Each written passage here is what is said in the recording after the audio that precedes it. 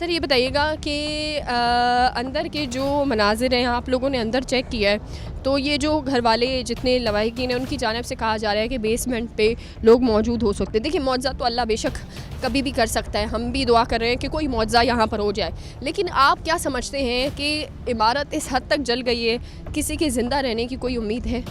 देखिए, रहा सवाल इमारत का, इमारत तकरीबन 85% ये ख़त्म हो चुकी है और पॉसिबल नहीं है कि कोई ऐसी शवाहिद वगैरह मिल सके।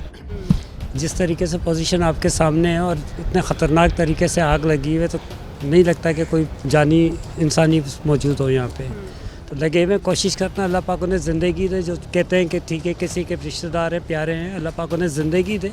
कोशिश करते हैं, उनके लवाकीन आते हैं, हमें ट्रेस आउट करते हैं कि फ़लाँ जगह पर है, फ़लाँ जगह पर। तो वो इंतज़ामिया की एक टीम बनी हुई है, उनके लोग हमारे साथ होते हैं, जाके उनको चेक करते हैं, मगर ऐसा कुछ भी नहीं हो रहा। सुबह यहाँ से एक बच्चे की पार्ट मतलब बॉडी निकली है, पार्ट्स बोल रहे हैं उसको, वो हमने रिकवर किया, वो हॉस्पिटल किया। जिस तरीके से अब आगे जाते जा रहे हैं तो ये शवाहिद मिलते जा रहे हैं और चीज़ें सामने आ रही हैं। हमें सबसे ज़्यादा बढ़कर ये इंसानी जानों का है। ठीक है, हम तरजीह उसको देंगे, हम इनको बाद में करते हैं, मगर उस पर भी एक कमेटी, गुल प्लाजा एसोसिएशन वालों ने एक कमेटी बनाई है जिसमें डीसी साहब भी है, रेंजर्स वगैरह भी है, फिर इधर एसएसपी वगैरह भी है। अच्छा सर ये बताइएगा कि जब यहाँ पे पहले दिन जो आग लगी है और उसके बाद आग बुझाने में हम देख रहे हैं कि आज भी वही पुराने तरीके भी इस्तेमाल किए जा रहे हैं कि पानी डालकर आग बुझा।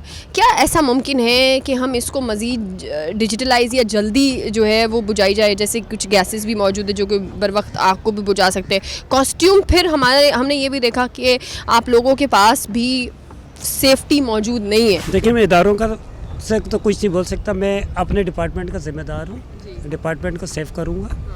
हमारे पास वो तमाम चीज़ें, तमाम इक्विपमेंट है जो international fire and rescue services के अंदर यूज़ होते हैं। आप मेरी गाड़ी खोलें और आप जिस चीज़ पे करेंगे मैं आपको बताऊंगा कि किस चीज़ पे किया जाता है। बदकिस्मती हमारी ये है कि हम लोग उसी दौरान क्यों जागते हैं नींद से जब कोई बड़ा हादसा होता है, चाहे 12 मई हो, चाहे बल्दिया टाउन फैक्ट्री हो, चाहे मेरान टाउन फैक्ट्री हो। ये 27 साल का मेरा एक्सपीरियंस है। बल्दिया टाउन पार्ट 2 है। डिपेंड करता है आग की नौइयत देख के कि पेट्रोल और डीजल की आग पे फॉर्म यूज़ होता है। ठीक है, हम पानी यूज़ करते हैं, पानी के साथ साथ हमें मालूम है कि फॉर्म किस पे यूज़ होता है। अब ये कहना जितने मुंह उतनी बातें। ठीक है, हम क्रिटिसाइज़ तो हर डिपार्टमेंट हर दौर में होता है। अभी फायर ब्रिगेड है, आग लगी है, फायर ब्रिगेड क्रिटिसाइज़ है। एयरपोर्ट का जहाज़ क्रैश होता है तो PIA की इंतज़ामिया एविएशन क्रिटिसाइज़ होते हैं कि फ़लाँ की गफलत, पायलट की गफलत है। आज आप 12 बजे भी निकलोगे ना, कराची में जो कंस्ट्रक्शन के काम चल रहे हैं, चाहे वो न्यू MA जिन्ना रोड हो, चाहे MA जिन्ना रोड हो, आप सबसे बड़ा आपका भी यहाँ पे 5 बजे के टाइम पे आप मुझे बता दो निकल के, और यहाँ पे क्रॉस करके मुझे बताएं, वो टाइमिंग में आप नोट करना। पानी के वाक़े को क्या कहेंगे आप फिर?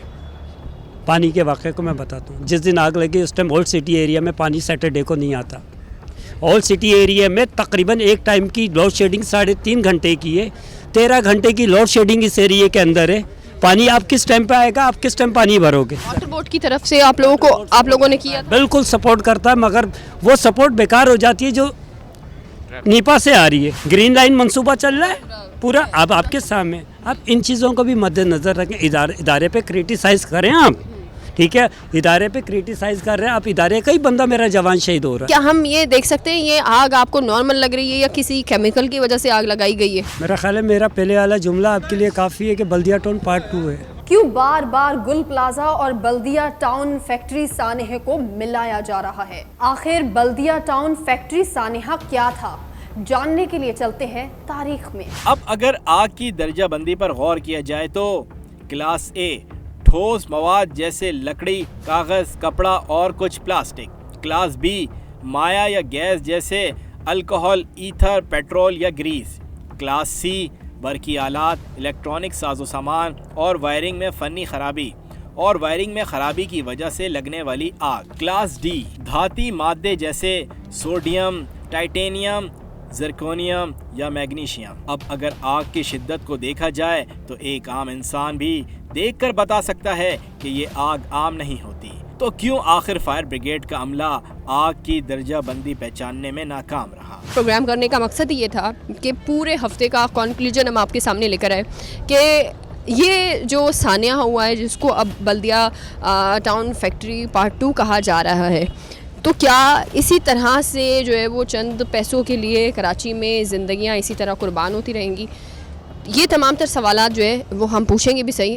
हमारे साथ प्रोग्राम में मज़ीद जो है वो इस वक्त कोशिश करेंगे कि हमारे साथ मेयर साहब भी मौजूद हों और साथ में जो है वो तनवीर पास्ता साहब जो कि यूनियन चेयरमैन है यहाँ पे वो भी मौजूद हों, ताकि बहुत सारे सवालात हैं, बहुत सारी चीज़ें इस वक्त जो है वो सवाल कर रही हैं लेकिन जवाब इस वक्त जो है वो देने वाला कोई नहीं है। फायर ब्रिगेड के पास जो है वो चीज़ें महदूद हैं, क्या नहीं है, वो भी मैं आपको थोड़ा सा चीज़ें भी दिखाना चाह रही हूँ कि कौन कौन सी चीज़ें किस किस लिहाज से इस्तेमाल की जाती है। आइए ज़रा करीब। नॉर्मल फायर होती है किसी बैंक, दुकान, शॉप में, गोदाम में, ये नॉर्मल फायर मार्क्स होता है ये वाला जी, जो हम स्मोक थोड़ी सी बर्दाश्त करता है। ठीक है, लेकिन इस तरह की आग को बर्दाश्त करने के लिए कौन सा मास्क होता है? आग के लिए कुछ भी नहीं है, कुछ भी नहीं है। ये BS सेट होता है। एक कंजेस्टेड एरिया, एक कवर्ड एरिया जहाँ पे आप समझते हो कि स्मोक ज़्यादा है, आप नहीं पहुँच सकते बगैर इसके ऑक्सीजन के। ये पूरी इंटरनेशनल फायर फाइटिंग के अंदर इसकी एक ही साइज़ होता है, स्टैंडर्ड होता है इसका, और ये तकरीबन 15 मिनट की इसकी टाइमिंग होती है। 15 मिनट में आपने जाना, फिर इसके बाद ये 15-14वें मिनट में आपको बीप करेगा, मतलब इंडिकेट करेगा कि आप अपनी रिटर्न की वापसी करें। आप ये भी तो देखो ना कि कोई अभी तक पूरी दुनिया में इसके बाद कोई ऐसी चीज़ नहीं आई कि जो फायर फाइटर को अपना प्रोटेक्शन या ऑक्सीजन प्रोवाइड कर रहे हैं 15 मिनट से ज़्यादा। ये फायर सूट है, ये इसका ट्राउज़र है, ये इसका अपर है, ये पूरा फायर फाइटर इन्वॉल्व करता है। इसमें शूज़ है हमारे गाड़ियों में, ये हेलमेट है जो उसको प्रोटेक्ट करेगा। कल पूरा दिन हम बेसमेंट के अंदर थे, कल पूरा क्लियर किया नीचे बेसमेंट। जी हाँ, ऊपर से बाकायदा छतें, ये जो प्लस्तर होता है ये गिर रहा था, तो ये हेलमेट ने हमें बचाया है। तो ये तमाम तर इक्विपमेंट्स आपके पास मौजूद थे? एक एक गाड़ी में होते हैं, मौजूद होते हैं। प्लस बैक साइड पे फॉर्म के डब्बे रखे हुए हैं। हर गाड़ी में 8 फॉर्म के डब्बे, 4 फॉर्म के डब्बे होते हैं कि in case emergency for liquid fire, petroleum for example, petroleum, diesel, kerosene, cooking oil वगैरह, जब जो बहने वाली आगे होती हैं मतलब कि लिक्विड टाइप की, उस पर हम फॉर्म यूज़ करते हैं। तमाम तर चीज़ें, ब्लेम गेम जो जिस वक्त चल रहा है कि कभी फायर ब्रिगेड पे आप ब्लेम कर दें, कभी आप ये ब्लेम कर रहे हैं कि जी हमारे पास मास्क नहीं है, हमारे पास गाड़ी का टैंकर ही नहीं है, वो नहीं पहुंच पाया। क्या ये ब्लेम गेम जो है वो किसी एक जगह पर कर देना, आप क्या तमाम तर इल्ज़ामात से बरी हो सकते हैं? जी नहीं, बिल्कुल बरी नहीं हो सकते हैं। आपकी गलती, कोताही, सारी चीज़ें वक्त के साथ जो है वो बड़ी खुलती हुई नज़र आएंगी, क्योंकि कराची में ऐसा नहीं है कि आप लोग जो है वो अगर इस तरह का कोई सानिया हो जाता है तो हम अब इतने बेवकूफ़ नहीं रहे हैं कि एक बल्दिया टाउन फैक्ट्री का वाक़या देखने के बाद हम जो है वो चीज़ों पे, छोटी चीज़ों पे ब्लेम करने के बाद जो है वो चुप हो जाए। ऐसा बिल्कुल नहीं है। बात निकली है तो दूर तक जाएगी।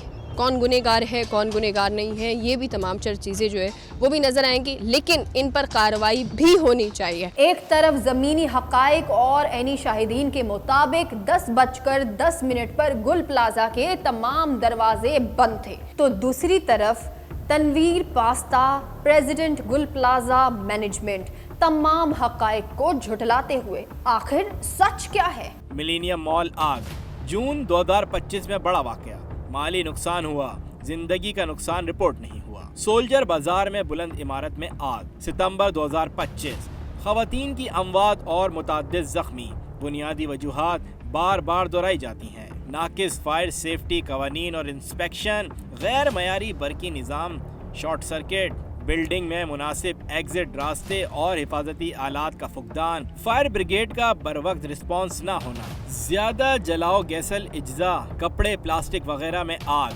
200 से जायद इमारतों में आग बुझाने के आलात मौजूद नहीं हैं।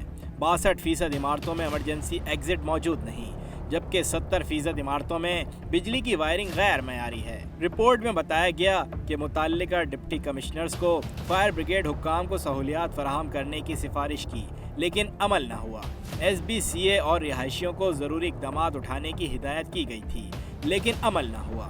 रिपोर्ट में बताया गया कि 266 में से 90 इमारतों में फायर अलार्म और स्मोक डिटेक्टर मौजूद थे। इमारतों में शॉर्ट सर्किट के बाइस आग लगने के खदशात हैं।